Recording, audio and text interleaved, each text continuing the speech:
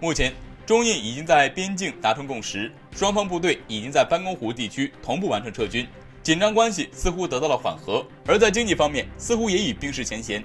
最近，路透社援引印度政府和业界消息人士的话透露，印度计划批准来自中国的45项投资，包括中国长城汽车、上汽集团在内等中国企业项目，而这些大多数投资方属于制造业，在国家安全方面被认为不敏感。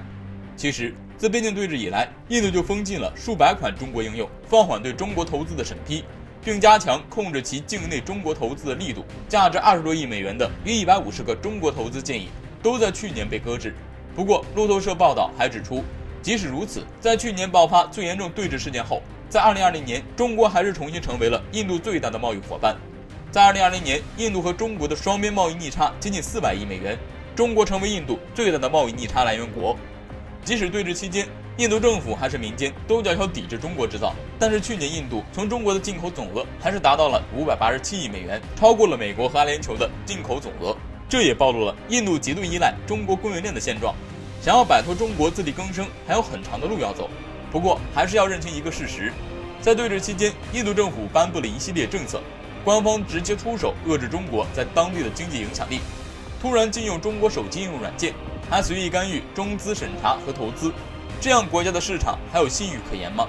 当时就有外国学者指出，这种官方随意扰乱市场秩序的行为会让国外投资者对印度市场失去信心。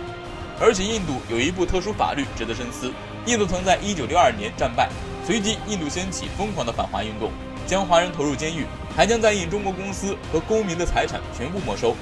印度在1968年出台敌国财政法令，核心内容就是搜查印度境内的中国和巴基斯坦公民和公司财产，以防未来一旦与中巴起冲突，可以根据该法令还采取行动。那时候制定了没收敌国财产的法令，到现在仍然没有废止。而只要边境时空线争议一直在，冲突和摩擦将会常态化。而中企一定要警惕这种风险，印度随时能利用边界问题让你血本无归。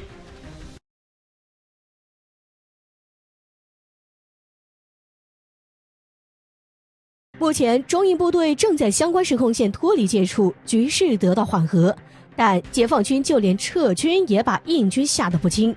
印度高层人士惊醒，才发现以前从未发现的4点，究竟发生了什么？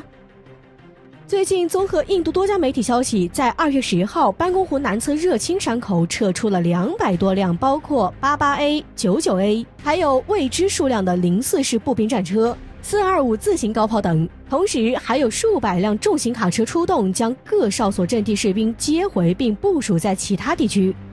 还拆除了当地临时搭建的工事设施。而这些动作全在1天时间内就完成了。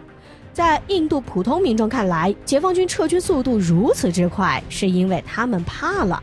而这种速度在印军高层看来，着实把他们吓得不轻。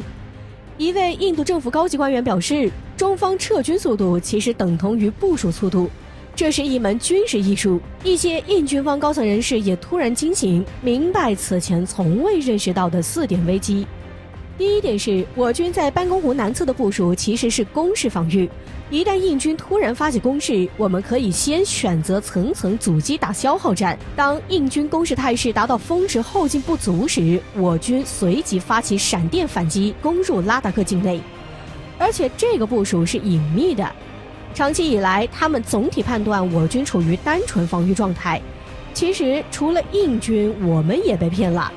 第二点是，解放军在一线部署的兵力足以粉碎印军进攻态势。根据印媒消息推测，在班公湖南侧热青山口就部署了一个 88A 主战坦克装甲旅，以及一个装备 99A 主战坦克、04式步兵战车、425重型高炮重装组成的装甲旅。一线就有2个重装装甲旅，更不用说2线、3线以及纵深地区部署情况。一线粉碎印军进攻，为后续大部队进攻扫除障碍。第三点，列城受到的威胁从没这么具体。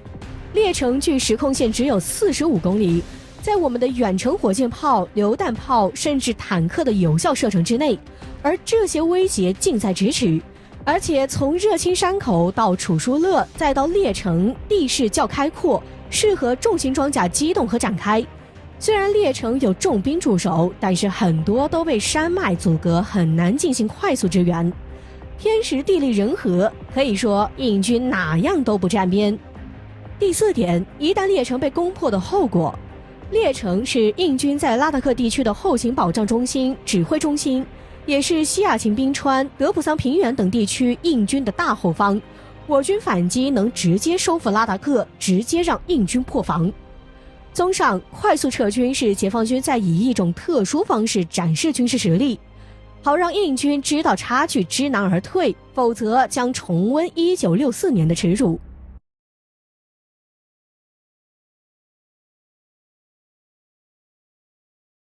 据前几日报道，解放军率先从中印边境对峙的西段班公湖北岸撤出了大量的坦克。到上周4为止，解放军已经从班公湖南岸调出了200多辆主战坦克，并调来了100多辆重型运兵车，把部队从北岸的手指区运到了8号手指以东所在的西里扎普区。印度军方高层和印度网民都对中国撤军的速度感到震惊。这次加起来能够同时调动超过300多辆的主战坦克和运兵车等重型装甲力量。事实上，解放军只用了1天而已。也正是因为解放军能够在1天时间内就把200多辆坦克快速后撤，以及运来100多辆的重型运兵车，是不免让印度感受到了中国快速的后撤机动能力以及恐怖的投送能力。就连印度一名高级官员也忍不住赞叹道：“中国自周3以来的撤离速度也显示了他们的部署能力，这是一种军事艺术。”既然我军能够一口气撤出200多辆坦克，让印度高层都十分惊叹，就足以说明我军在高原山地上的装甲实力足够强大，并且体现出来的这种机动部署效率，让世界上的其他国家军队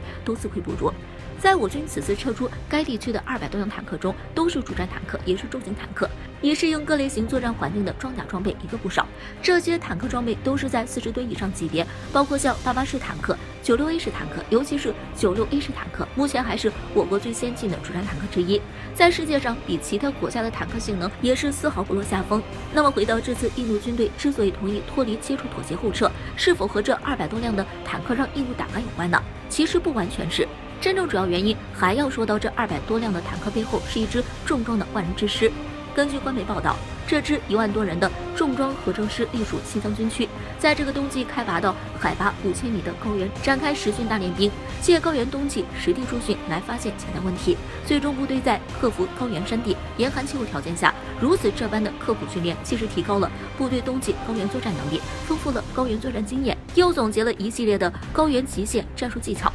要问解放军阵列当中哪一种作战部队战斗力最为顽强，现代机械化的重装师是绝对不能被忽视的力量。可以设想一下，一支万人的铁甲雄狮在向对方压境，其威慑力想想就可怕。装备了大量主战坦克、大口径火炮、步兵战车的重型装甲合成师，它的强大火力让敌人胆寒。又由于整师都是机械化部队，所以又拥有出色的机动能力。中国军队的调兵速度实在是太快了，不但是令印度军方高层都大为吃惊，而且印度网民看了后也感慨，这是神奇般的撤军速度呀。